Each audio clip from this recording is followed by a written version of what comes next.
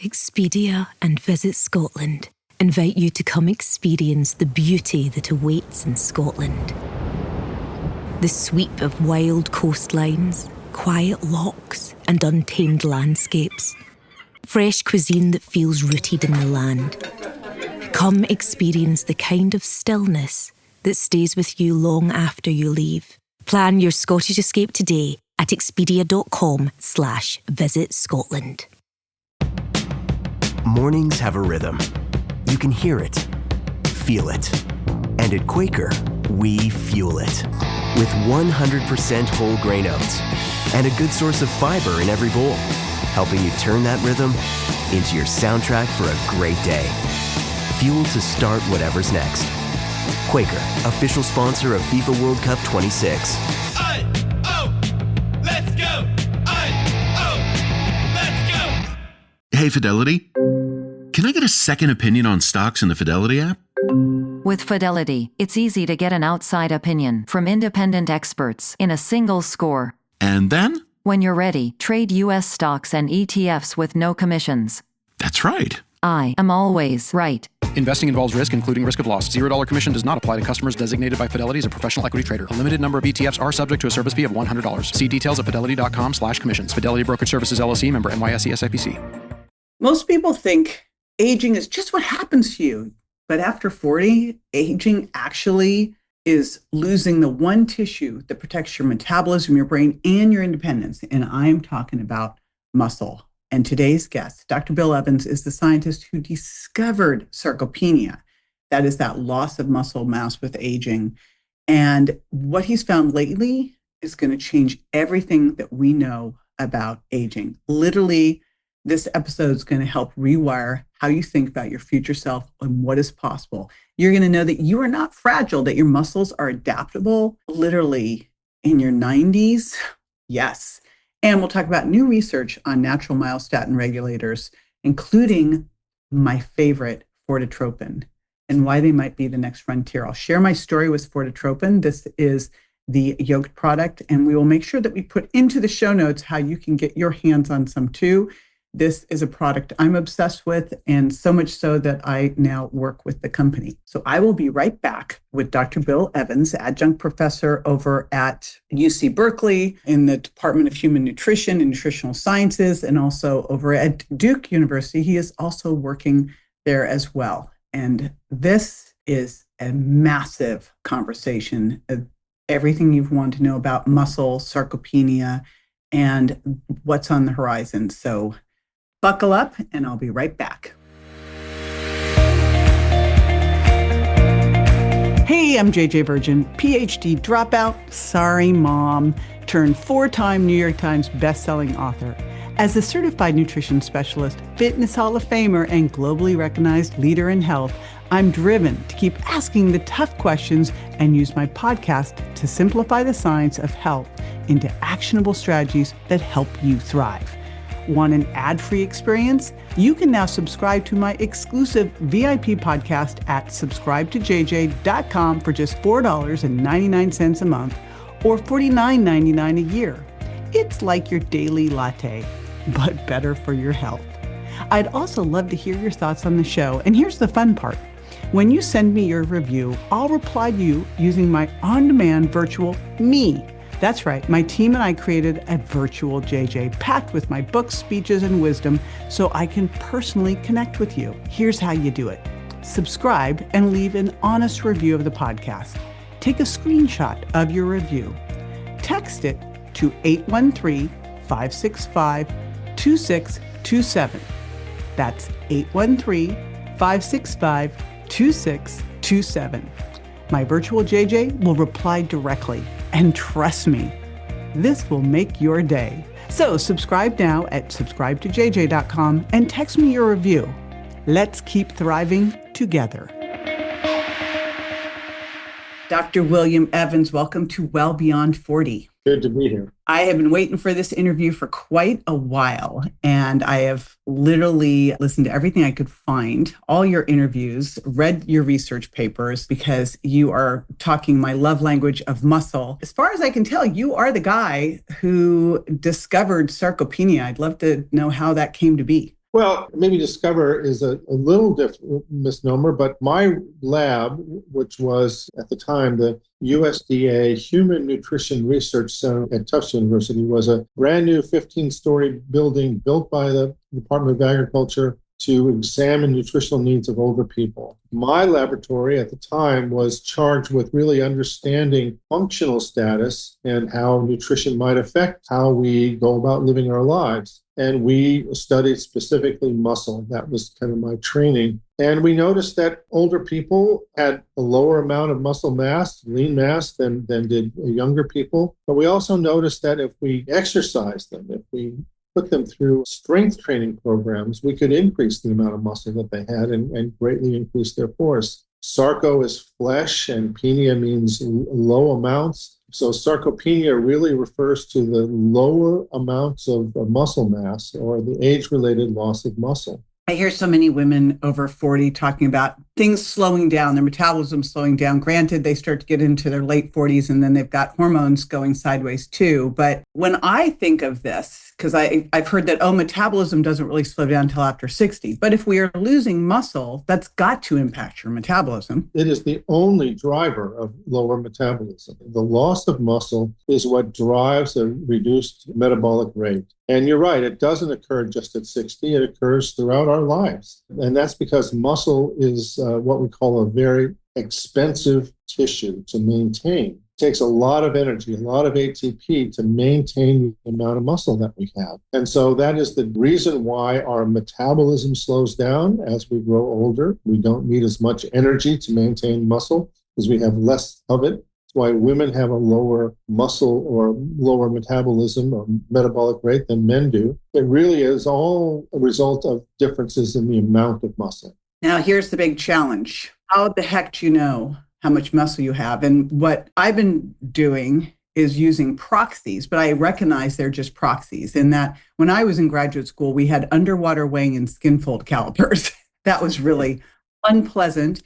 And then we got bioimpedance. And I look at all these things, I go, I guess it's the best proxy we have. But I heard you talking on an interview, which I thought was really interesting about, I want to unpack, how do we know how much muscle we have? How do we know the quality of the muscle? Because those are two different things. Those are very, very good questions. And I'll preface it by saying, you're right. The proxy measurements that we've been using for decades, whether it's underwater weighing or bioelectric impedance or the dual energy X-ray absorptiometry that we use to measure bone density and lean mass, they all measure what we call lean body mass, not specifically muscle. And it's been interesting because since we coined the term sarcopenia, all the research used lean body mass and found, interestingly, that lean body mass appears not to be closely related to function or outcomes, because really what we predicted with sarcopenia is that it would be associated with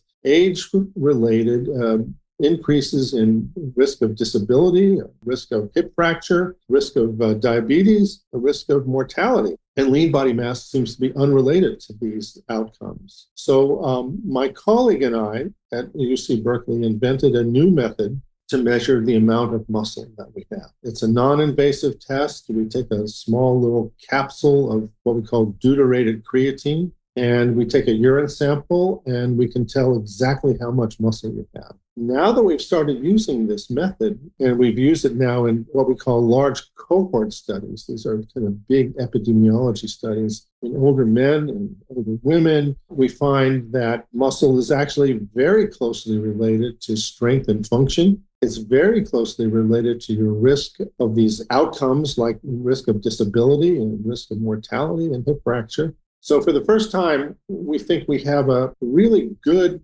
way to measure the amount of muscle that you have in your body so that we can now understand what the role is of the amount of muscle that you have. And we can begin to study then what changes in muscle quality may mean for some of these outcomes as well.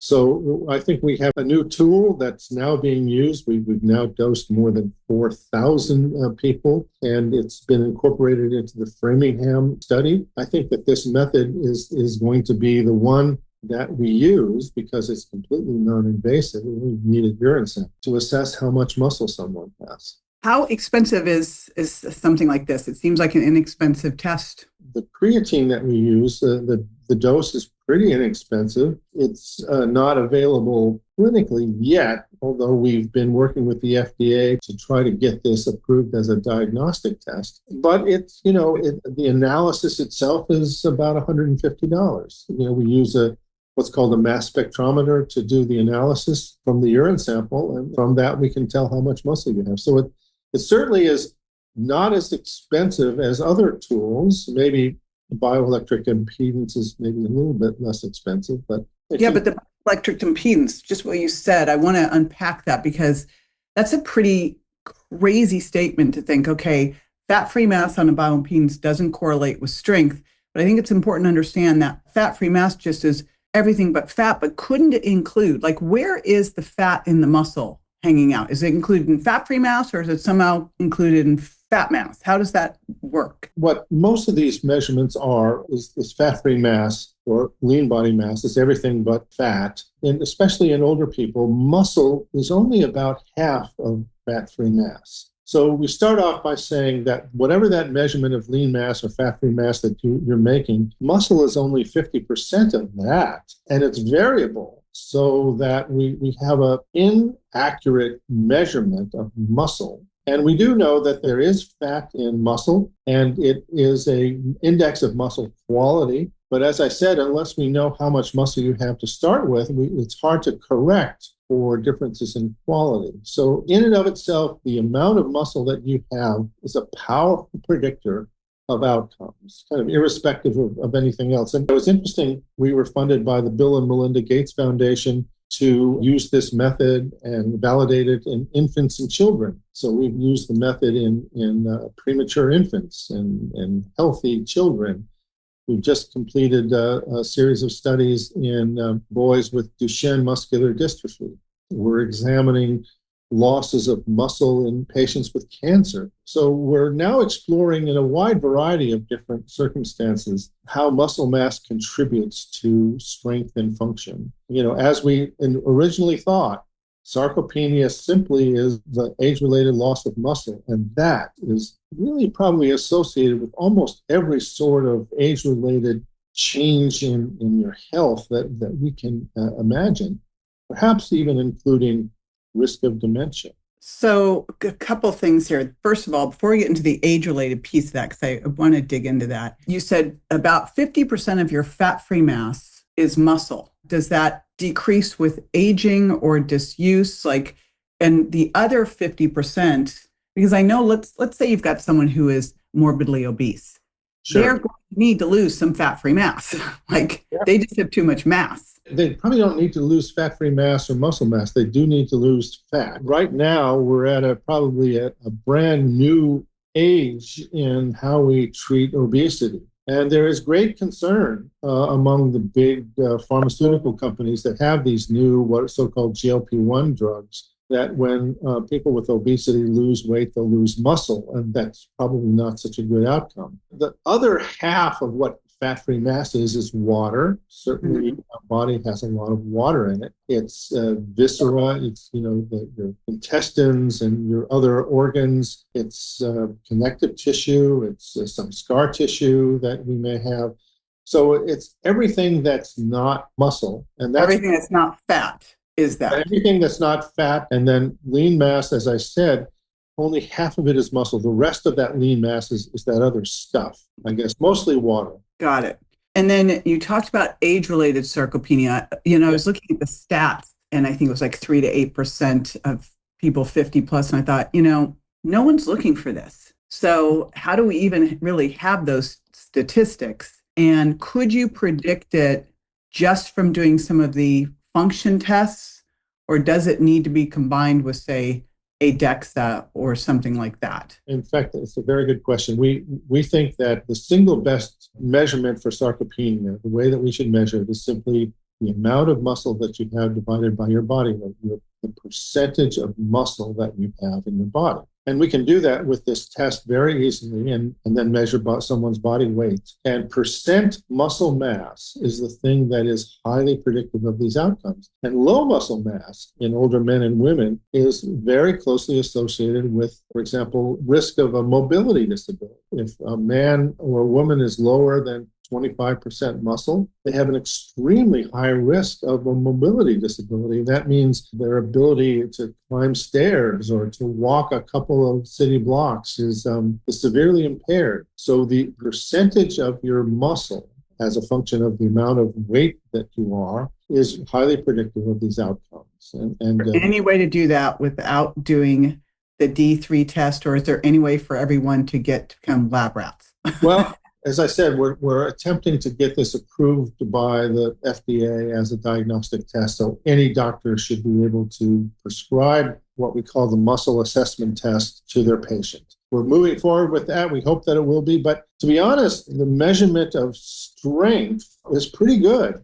As I said, what was interesting in those studies of sarcopenia that used lean body mass, they found that while lean body mass was not associated with these outcomes, strength was. Strength has always been associated with outcomes, and probably strength is a pretty good surrogate for the amount of muscle that you have. So now, would they do a test like with the grip strength dynamometer, or are they using like squat test? What kind of test? No. So there are a number of ways. It's another good question. How does a doctor assess strength or function in the doctor's office? Grip strength is pretty good. It's related to these outcomes in large populations. Whether, you walking into your doctor's office and doing grip strength tells you something about how much muscle you have, it's probably a pretty good proxy. It's probably better than your bioelectric impedance, just a measurement of strength. What's interesting and what we're lobbying for is for a doctor, especially assessing his older patient, to use standardized tools to measure functional status in their patients. And if they can get reimbursed for that, just as a doctor is reimbursed for a number of tests that they do, they can get reimbursed for measuring functional status in their patients. Then they can begin to assess whether the functional status of their patient is changing over time. Right now, very, very few physicians actually use any sort of test to measure their patient's function. And there are some very easy ones, like habitual walking speed. Just how fast does someone walk normally? Or how rapidly can you stand up out of a chair 5 times? These tests are closely related to your amount of muscle, especially if you're older, and are highly predictive of outcomes.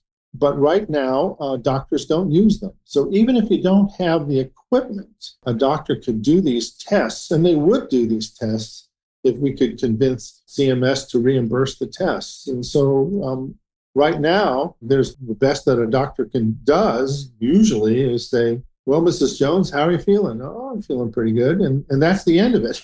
So that's my argument about sarcopenia at this point in the statistics I've heard. I go, but no one's looking. It's not part of any exam. You wouldn't know. Exactly right.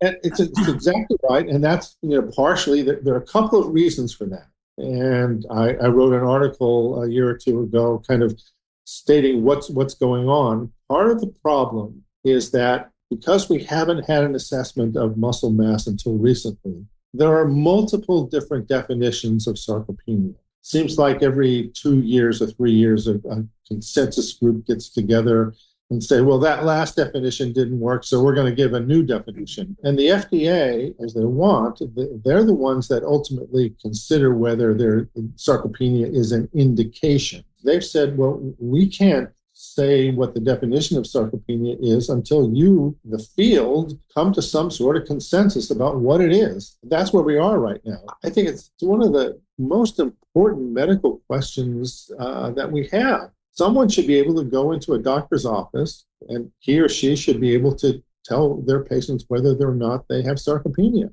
And if they do, that should trigger therapies, whatever they may be, changes in diet, changes in exercise and physical activity. that could alleviate the problem. The therapies require some work here. Let's be honest. Yeah, no, it's a good way. It's a circular argument, and I agree with you. We don't have a therapy for sarcopenia, partly because we don't have an indication that the FDA agrees to.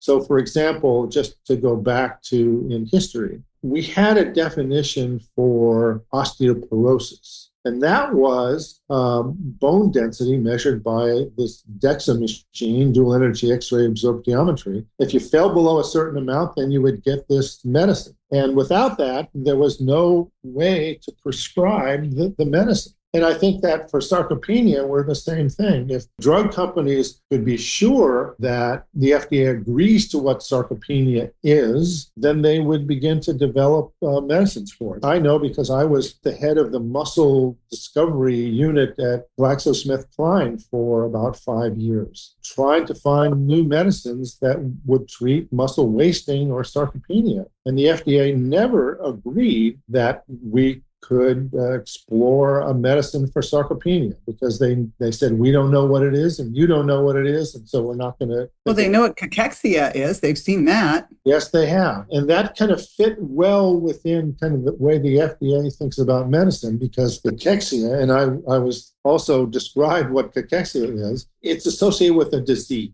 So cachexia is always associated with a disease, whether it's heart failure or COPD or cancer or other wasting diseases. They kind of got that through their head, and it's well recognized that there is a loss of lean mass with cachexia. And the loss in some cases is so severe and it occurs so rapid that the FDA said, well, sure, you can go after medicines to treat cachexia. But sarcopenia, which obviously affects millions and millions of people worldwide, there isn't any agreed to definition of what it is. For regulators, that's a problem. I've seen the statistics talking about starting at around age 30, how we start to lose muscle size, strength, and power. The question I always look when I hear the statistics, I know we've had the hormonal shifts. We're having drops in testosterone, drops in growth hormone. We aren't using insulin like we were before with muscle protein synthesis. We're getting insulin resistant. We're getting inflamed. So we're doing all these things that can make it harder for us to build muscle. But I also look at that and go, I remember what was happening to me. Now, fortunately, I've always been, I started exercising when I was a kid and ran gyms. So it's always been a thing. But I still think of my time in my 30s when you have little kids and you're in school and you're working and, you're trying to flip in some exercise, and just wonder this age-related sarcopenia, how much of it is age-related due to hormonal shifts and how much of it is that we become more sedentary? That's another great question. I think that early on, in our 20s and 30s, as we get families and other lives, we see that physical activity begins to decrease. And we begin to lose muscle. But there is another component to sarcopenia, and those are kind of neurologic changes. Around age 30, we begin to lose what are called motor units. And that's the connection between the brain and muscle. Muscle is directly connected to the motor cortex through these motor nerves. And it's the motor nerves that stimulate muscle. And it looks like we preferentially lose what are called fast fibers and white fibers. And those are the fibers that are more associated with strength and force production. So, for example, in my previous life, I did a lot of work with athletes. We can see that sprinting capacity, strength and power begins to decline, around age 30. And so sprinters are at their best when they're 25 or 26. It's interesting. We see that despite an enormous amount of talent, athletes like Michael Jordan or Jimmy Connors or other great athletes, as much as they want to exercise, they still lose some amount of speed and some amount of power. And that's almost certainly a result of this kind of small but continual loss of motor nerves. And that continues throughout life. And so that's one of the initial causes of sarcopenia and loss of strength. We also know that endurance capacity can be maintained so that marathon runners are sometimes world class up until their age of 40. So there are fundamental changes in muscle that occur even early in life. And then, as you say, there are a lot of other factors that are associated with decreasing muscle, changes in hormonal status, changes in insulin resistance, certainly changes in how physically active you are. And all of those things contribute to a continued loss of muscle. So if the majority of what we're losing as we're aging is fast twitch, yes, wouldn't we be smarter to prioritize the training that we do more in the strength and power, more in the explosive side, because those hybrid fibers that have the choice to become more type 1 or type 2, wouldn't we want to try to pull as many of those over and maintain as much type 2 fiber as we can as we age? Yeah, that's absolutely true. My lab has done some of the early seminal studies where we were able to take people in their 90s and put them through high-intensity resistance exercise training and increase the size of their fast fibers so that it is possible. Muscle is enormously responsive to changes in physical activity. It's really quite amazing how responsive muscle is, and both with inactivity and activity, muscle can increase or decrease. But I agree, if someone has difficulty walking, I maintain that rather than focus on their just doing more walking, if they increase their strength, then they'll be able to walk more easily, be able to climb stairs more easily. And that's kind of what we found, even among our 90-year-old subjects. When we made them stronger, even in a nursing home, their spontaneous activity increased, their walking speed increased, their ability to climb stairs increased just by a simple intervention of resistance exercise training. I love that. I like to say the more you do, the more you can do. It's just simple. Yeah, but as you suggested, focusing on those fast fibers, the ones that we lose, might be more productive overall. Increasing a broad array of amounts of physical activity. It's always made sense to me. And I was doing my PhD at USC, and it was exercise, phys, nutrition, and aging. We had the master athletes. And then I was also over in Palm Springs working with like 70-year-olds and 80-year-olds. And I was working out of a gym in the Palm Springs Hospital's cardiovascular lab. And I had a woman in there, and I had her doing pull-ups and dips. She was 75, and everybody else, they were on the treadmills. Like all the other trainers kept people walking slowly on the treadmills for cardiac rehab. And I'm like, I don't get this at all. And everyone wanted to do what she was doing. And it's like kind of started to revolt at that gym because they all thought they couldn't do that stuff because that was the common belief, right? Well, it is crazy. And in fact, there have been some very, very nice studies using resistance exercise in cardiac rehab, and with spectacular results. And there is this kind of mistaken belief, especially by many cardiologists who haven't read the literature, that somehow resistance exercise might be dangerous or might induce cardiac problems. And in fact, it's just quite the opposite. Resistance exercise is extraordinarily safe. So it's been a long time, and the data are very clear, but there still is somewhat of a resistance among especially cardiologists, maybe not so much in other sort of physicians, on using resistance exercise as a means of rehabilitation.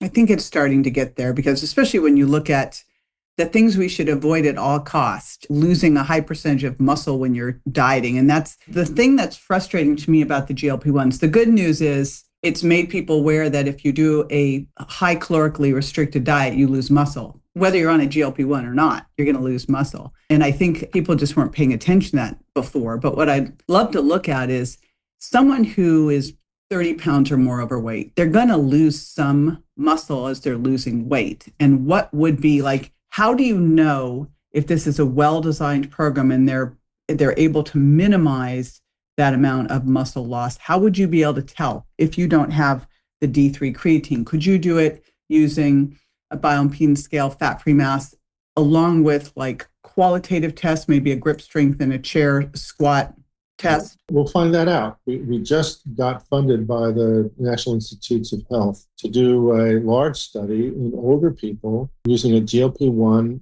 for weight loss in older people with obesity, one group will be involved in exercise training and one group won't be. And we'll be measuring their muscle mass and function, and we'll be using other indices of lean mass. And so we'll see. We'll see how much muscle we lose, first of all, because that hasn't been measured very accurately. And second of all, whether other measures are predictive of these changes. We already have some notion. There are a couple of very interesting studies that are in the pipeline right now using muscle active drugs, not weight loss or not exercise necessarily. As you may know, pharma has invested an enormous amount of money now in muscle active drugs. Lilly spent more than $2 billion for a muscle pro-anabolic drug. And there are a couple of others that are in the pipeline measuring these changes with GLP-1 weight loss. I remember hearing a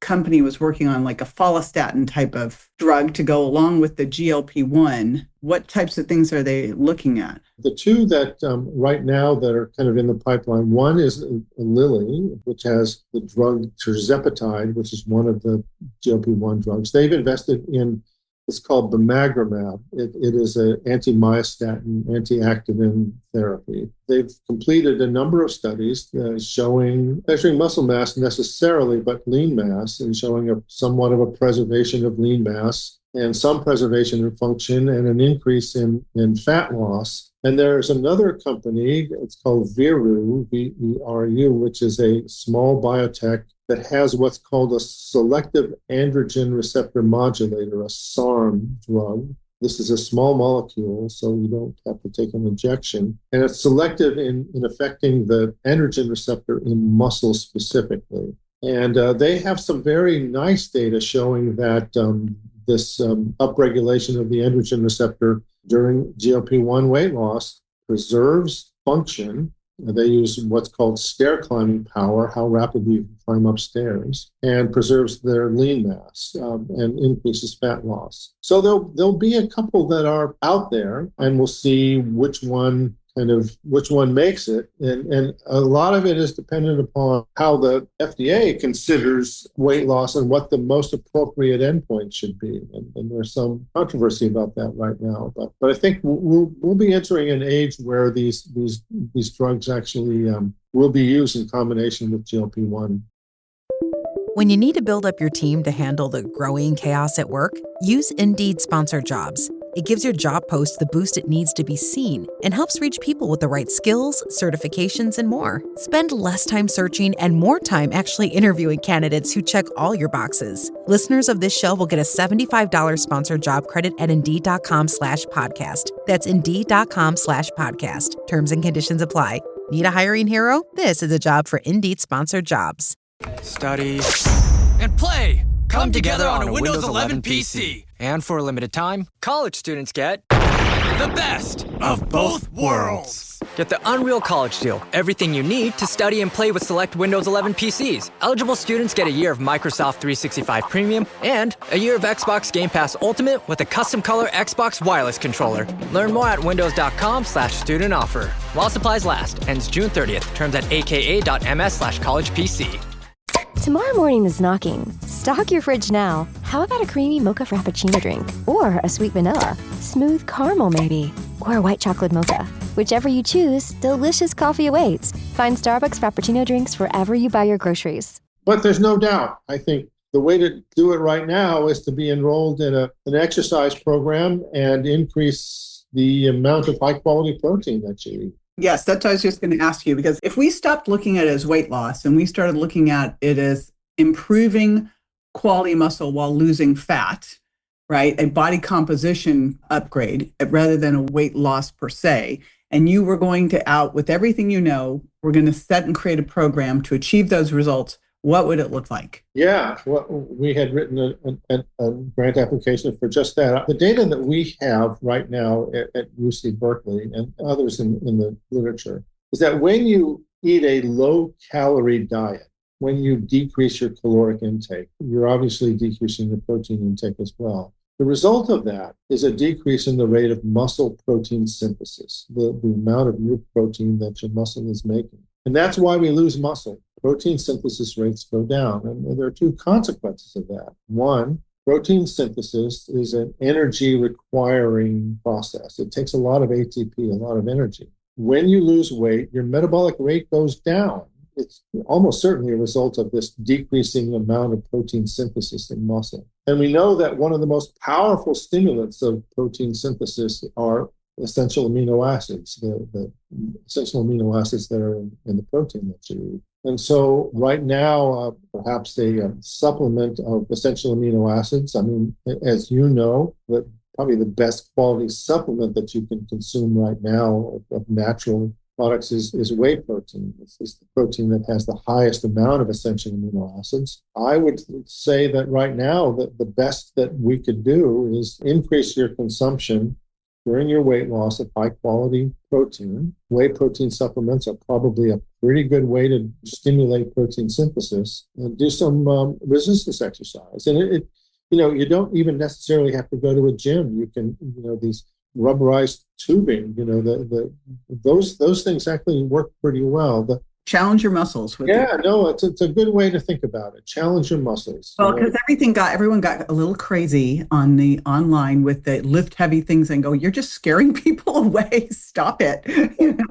Women get afraid when you say that. I go, just challenge your muscles. It's whatever you can do. Like do 3 sets of 10 of whatever you can do that's hard, that when you get to the 10th, you feel like you can't really eke out another 1 or 2. Do that. Well, I mean, that's exactly the right advice. Absolutely. So you'd have them, what amount of protein would you have? And what I've done with essential aminos is I took plant-based shakes and bone broth-based shakes for the people that are dairy intolerant, and I spiked the other aminos to make it mimic whey so that everything that I do has that same profile, like the whey profile. What do you think is the right amount of protein or an optimal range for someone? Well, the thing that we know from a number of very good studies is that you maximally stimulate muscle protein synthesis with about 15 grams of essential amino acids. Now, which isn't the same as protein. I think it's very important for people to understand. No. So if you think about whey protein, for example,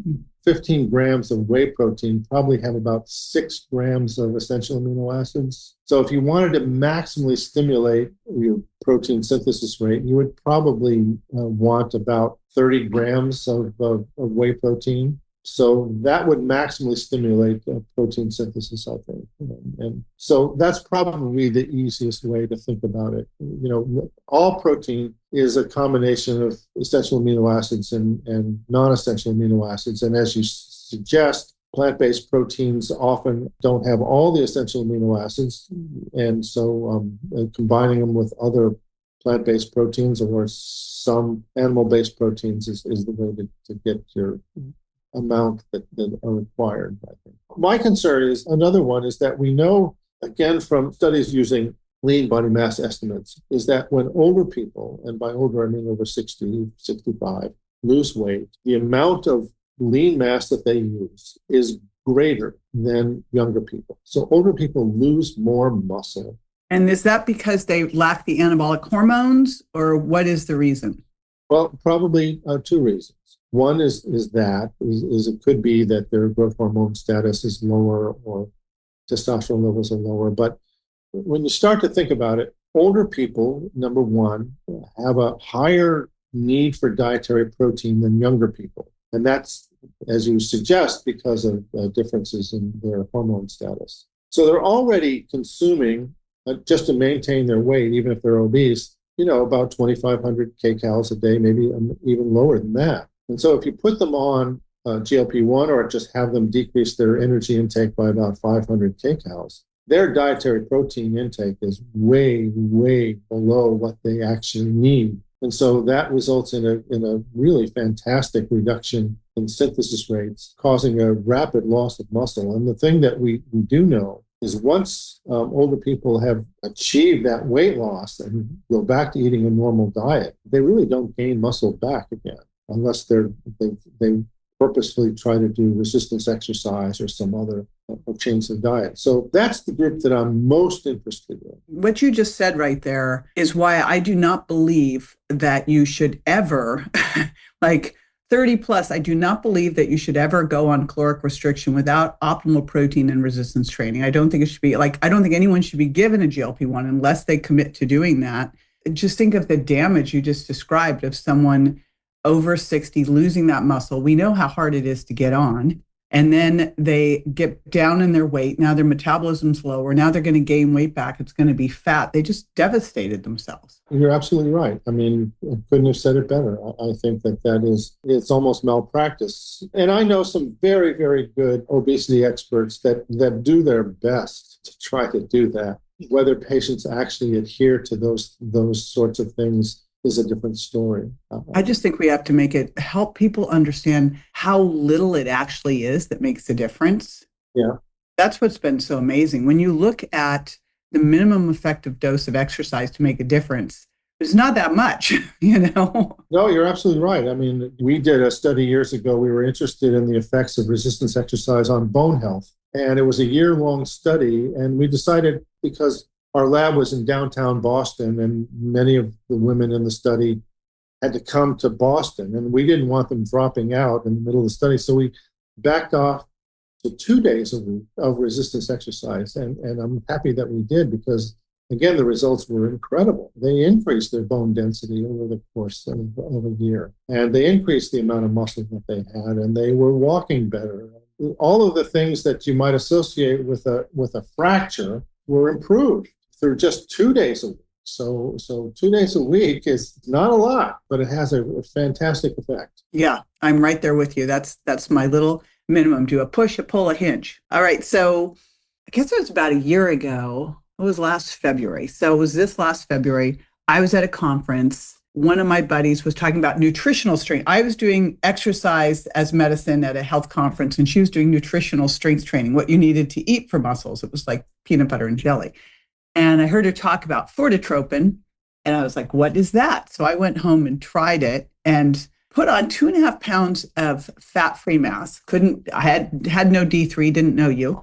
But at 62, to be able to put on muscle after training from the age of 16 on with weights, it's like 2.5 pounds of fat-free mass. So at least 1.5 pounds of that, I would assume, would be muscle. And it was over a 2-month test period, because I did a DEXA and then I did another DEXA. And it was from fortitropin. So I would love to talk about that. We mentioned myostatin, but didn't define it for people who want to know what's going on as we age. So I'd love you to talk about fortitropin in your study with it. I'm now obsessed with yoked and use it every single day. Well, I hope you take it after that study. Yes.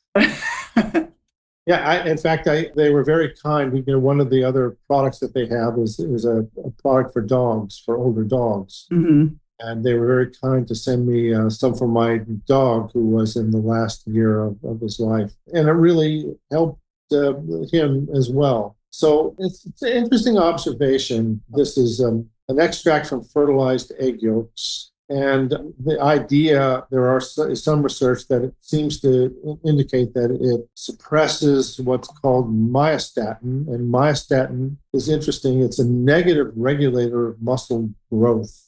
Is that without myostatin, muscles can get really big. In fact, there's breeds of cows and sheep that are bred to be myostatin deficient, and they get a lot of muscle. The drug companies have been feverishly attempting to develop drugs that are kind of anti-myostatin drugs with moderate amounts of success. But this product, fortitropin, in some studies appears to suppress myostatin. Now, we measured it in the circulation, so it's impossible to say how it affects muscle. But the one thing that we did see is that compared to a very appropriate control group, given not the fortitropin, but cheese and some other factors that are calorically equivalent, we saw an upregulation in the rates of muscle protein synthesis in healthy older people. I think that can translate to an overall increase in muscle, because it's very specific. I was a little skeptical, I have to say. Does this stuff really work? It may work in lab animals, but does it work in humans? And so we did the study. We were completely blinded to who was getting what. We did the analysis, and sure enough, there was an overall increase in the rates of muscle protein synthesis with this product, fortitropin. And we've done some studies now for the company looking at the use of corticotropin during weight loss during, I guess, a hypocaloric diet in mice or rats. And we see it still upregulates protein synthesis. So it may be a really good way to help to preserve muscle mass during these GLP-1 induced weight loss with muscle changes. So I think it's a good, safe product that is available now. And it tastes good. Yeah. Do you think there's any application for it with bed rest? It's another good question. So one of the other areas of research that I've been involved in, I had what's called an NIH program project grant, a large grant to study what happens to older people who go to bed. And when we put healthy older people to bed for 10 days, they lose an enormous amount of muscle. They lose 1 kilogram of muscle just from their legs. And these are healthy people. Wow. There's a 40% reduction in muscle protein synthesis rates. Now, in one of the studies that we did in this case, we used just essential amino acids to see if we could slow it down. And sure enough, we could affect protein synthesis rates and losses of functional status. One of the key things that happens with bed rest is that muscle becomes insulin resistant. We know that sometimes people go to hospitals with normal glucose tolerance, and a week or two later, they're diagnosed as being diabetic because inactivity, especially extreme inactivity, results in this profound insulin resistance. And it's a great question, whether corticotropin can have this effect, to counter the inactivity induced loss of muscle. And I think it would probably need to have an effect on insulin action as well as protein synthesis. But I think it's a great question. I just wonder if we took people, because I had a son who was in a coma at 16 and on bed rest for 4 months and got very cachexic. He just, so I had him on, I was throwing essential aminos out of him to get him to move. But, I just wonder if you did some electrical muscle stim, essential aminos, and some corticotropin, if you could offset a lot of that probably, I know with him, the doctors, that was the least of their concerns. It just was the thing that I knew the most about. Yes, of course. I think that there are lots of models of inactivity, and certainly bed rest is an important one. Obviously, NASA has done, probably hundreds of bed rest studies to just try to think about what's the best way to prevent muscle loss during spaceflight. What's interesting is that old people lose 3 times as much muscle as young people do in only a third of the period of time. It's frightening. And then how will you ever, that's, I still to this day, Bill, and it literally happened this past weekend. I was speaking and I was teaching an exercise session with Fonda Wright, who's a sports orthopedic surgeon. And literally a woman said to me, because I was doing the strength part, she goes, but I don't want to get bulky. This sweet 60-year-old woman. And I'm like, I know that's you know better than I do. You probably heard this 100 times of a woman who comes up and says, I don't want to get bulky. 100, try 10,000. It's funny. They go, I want to have arms like you. I don't want to get bulky. I'm like, I don't know what to do with you. But, you lose what? You could lose 4 to 6 pounds of muscle in the hospital, and you're not going to get that back. That's right. What we did, in the study, because our IRB required that we rehab our subjects to get back to where they started. So we rehabbed often our subjects for 2 to 3 months. So it took 2 to 3 months to gain back what they had lost in just 10 days. Wow. So it was really quite astonishing. I'll send you, if you're interested, Anova did a little feature on the study that we did. Yes, please. All right, let me do a little rapid fire, a couple quickie questions. Sure. All right, here we go. One myth about aging you would love to erase permanently. Sarcopenia is an inevitable consequence of aging, because many doctors will say, well, it's just an inevitable consequence of aging. It's just normal aging. And so why should we have to treat it? It's not. It happens to some people, not to everyone. And so if we get that out, that it's not a normal consequence of aging, that's a good thing. One lab test every woman over 40 should track. one lab test that's available, obviously, is their bone density. I think that's the...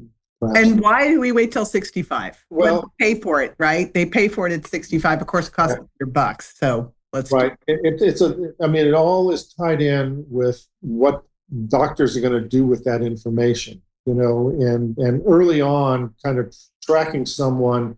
It's the same sort of thing. I think every person should have some measurement of functional status measured at the doctor's office every time they go in. Many people call it the fourth vital sign. It's as important as blood pressure, measuring changes. And even if you're not using it to prescribe a drug, which is the way our medical system is now, tracking it, kind of understanding who among the patients are getting reductions in strength or their walking speed or some other measurement, lets them understand that there's maybe something going on. Maybe in the past year, the patient had to go to bed for a couple of weeks without telling their doctor and suddenly lost a lot of muscle, and they show up, they still feel okay, but their functional test is way down. That way a doctor recognizes there may be something wrong here that we want to think about. I think most people wouldn't think to tell their doctor if they had the flu and were in bed for a week or something. They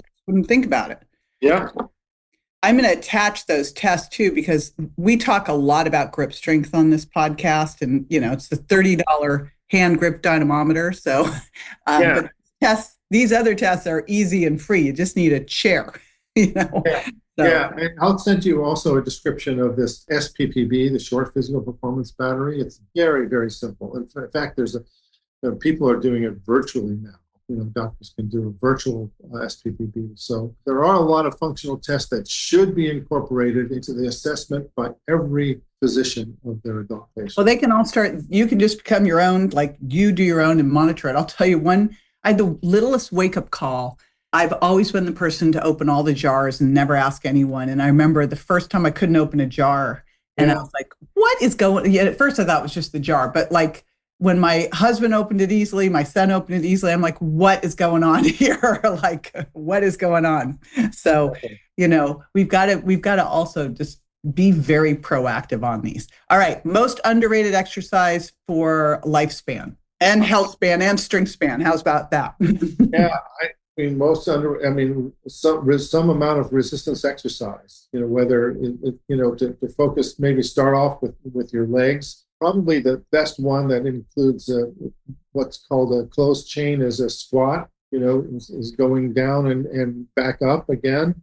The squat engages your calves, your thighs, and all of your legs. If you can do it 20 or 30 times, you can put some weight on your back. And so that's the one that I think gets to the muscles that are most important. I agree. It's if I had to pick one exercise, because you load your hips, you load your spine. And in life, we squat. Yeah, yeah, we do. It's and for if you go forward, the ability to get in, off, and on a toilet sometimes is the key factor where defining whether someone's going to become institutionalized or not. So squatting is really, really important.